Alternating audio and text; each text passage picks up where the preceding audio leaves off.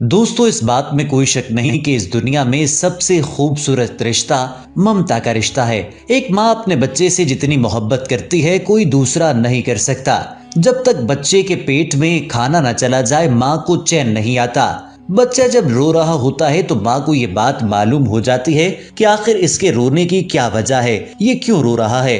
अगर उसे तकलीफ हो रही हो तो ये भी माँ को पता चल जाता है, और अगर उसे भूख लगी हुई हो या फिर बच्चे की नींद खराब हो चुकी हो तो माँ को इन तमाम बातों का इल्म हो जाता है। लेकिन ख़वातीन और हज़रात, एक बच्ची ऐसी भी थी जिसको उसकी माँ ने मरने के लिए एक बंद घर में छोड़ दिया, और फिर उसकी मुलाकात एक ऐसी रहमदिल खातून से हुई जिसने उस छोटी सी बच्ची की दुनिया ही बदल दी, और वो अब एक और दुनिया में अपनी जिंदगी गुजार रही है। दोस्तों, आज की वीडियो में हम आपको एक नन्ही बच्ची लीजा की कहानी सुनाने वाले हैं। ये एक ऐसी दर्दनाक कहानी है जो आपको इस रिश्ते को समझने में मदद फराहम करेगी, और आपको ये बात पता चलेगी कि बाज रिश्ते एहसास और इंसानियत के भी होते हैं, और बाज रिश्ते खून के होते हुए भी खून के रिश्ते नहीं होते। क्या आप ये बात समझते हैं कि खूनी रिश्ते सबसे ज्यादा अहम हैं, या फिर आपको ये लगता है कि एहसास के रिश्तों की भी कदर व मंजिलत बहुत ज्यादा है। दोस्तों, लीजा एक नन्ही बच्ची थी जिसको उसकी माँ ने बंद घर में छोड़ दिया। उसकी माँ का नाम लिंडसे था, जो कि एक स्कूल टीचर थी। अपने शौहर के साथ उसकी पहले दिन से ही नहीं बनी थी। उस शौहर के साथ उसका एक बेटा और बेटी लीजा थी। ख़वातीन और हज़रात, एक दिन लड़ाई झगड़ा बहुत ज्यादा हुआ और नौबत तलाक तक आ पहुंची। शौहर ने कहा कि बेटे को मैं अपने पास रखूंगा और बेटी की जिम्मेदारी तुम कबूल करो, लेकिन लिंडसे ने ऐसा करने से इनकार कर दिया और उस बच्ची को उसी घर में छोड़कर बंद कमरे में कैद करके वहां से दोनों ही रुखसत हो गए। ख़वातीन और हज़रात, अब उस घर का सारा सामान मुंतकिल कर दिया गया था। घर को ताला लगा दिया गया था क्योंकि वो एक मुतनाज़ा प्रॉपर्टी थी। उस घर को ताला तो लगा दिया गया, लेकिन वो छोटी बच्ची उसी घर के अंदर मौजूद थी। ख़वातीन और हज़रात, एक दिन गुजरा, 2 दिन गुजरे, तीसरा दिन गुजरा और लड़की ने चीखना चिल्लाना शुरू कर दिया।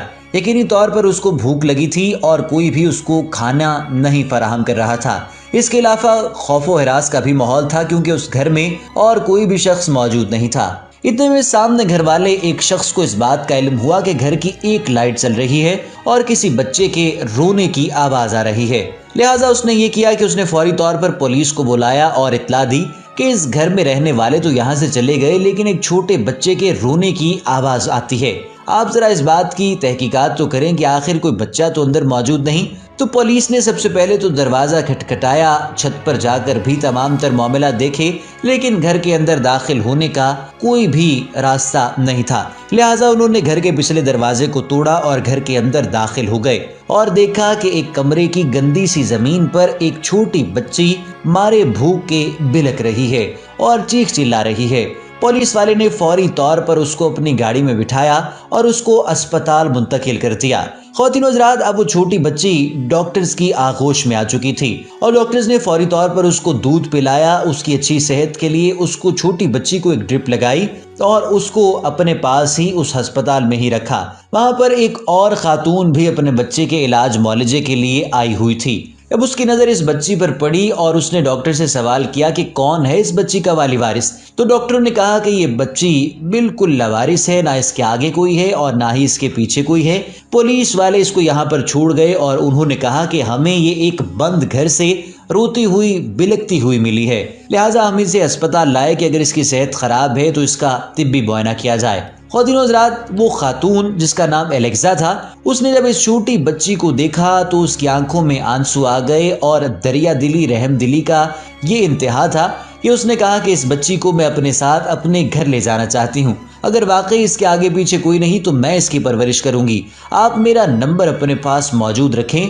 अगर इसकी माँ या बाप या कोई और रिश्तेदार आपके पास आ गया तो फिर आप मुझसे राबिता करना, मैं इस बच्ची को लौटा दूंगी। ख़वातीन और हज़रात, उस औरत ने इस बच्ची को अपने बेटे के साथ ही गाड़ी में बिठाया और अपने घर ले गई। जब अपने शौहर को ये तमाम तर माजरा सुनाया तो शौहर ने थोड़ा सा मुंह बनाने के बाद कहा कि जैसे तुम्हारी खुशी, अगर तुम इसकी परवरिश करना चाहती हो तो मुझे कोई मसला नहीं, हम इसकी परवरिश यकीनी तौर पर कर सकते हैं। ख़वातीन व हज़रात, उसने उस बच्ची की अच्छे से देखभाल की, उसकी तरबियत की, उसकी तालीम का बंदोबस्त किया, उसके खाने पीने, रहन सहन, कपड़ों का बंदोबस्त किया, यहाँ तक कि वो बच्ची जो कि शदीद बीमार हो चुकी थी क्योंकि एक दबाव था, ज़हनी प्रेशर था, क्योंकि छोटा बच्चा मामलात को समझता तो नहीं, लेकिन फिर भी उसको पता तो चलता है कि उसके साथ क्या हो रहा है। लिहाजा वो बच्ची अब खुश हो चुकी थी और अपनी ज़िंदगी बेहतर तरीके से गुजार रही थी। अब उसको यही मालूम था कि ये एलेक्सा ही मेरी माँ है और यही मेरा घर है।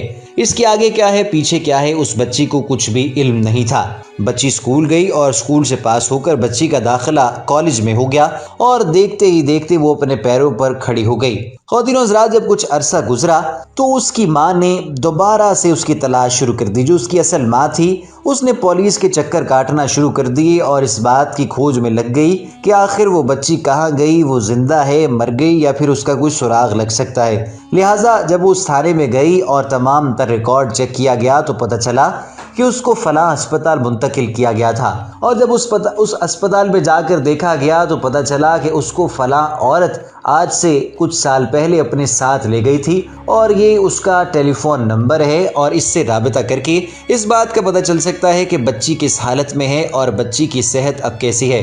लिहाजा ख़वातीन व हज़रात, वो औरत ढूंढते ढूंढते उसके घर पहुंची और जब उस बच्ची को अपनी आंखों के सामने देखा तो हैरत में मुब्तला हो गई। बच्ची खूबसूरत थी, खुश अखलाक थी, चहचहा रही थी और अब तो तालीम याफ्ता भी हो चुकी थी।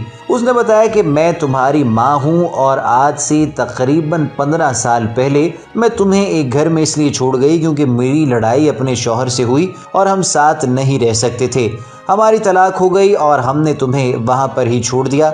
न उसने तुम्हारी जिम्मेदारी कबूल की और न मैंने, लेकिन अब तन्हाई का ये आलम है कि मैं अकेले नहीं रह सकती और मैं चाहती हूँ कि तुम मेरे साथ रहो और हम अपनी ज़िंदगी गुजारें। आखिर तुम मेरा खून हो, मैंने ही तुम्हें जन्म दिया है।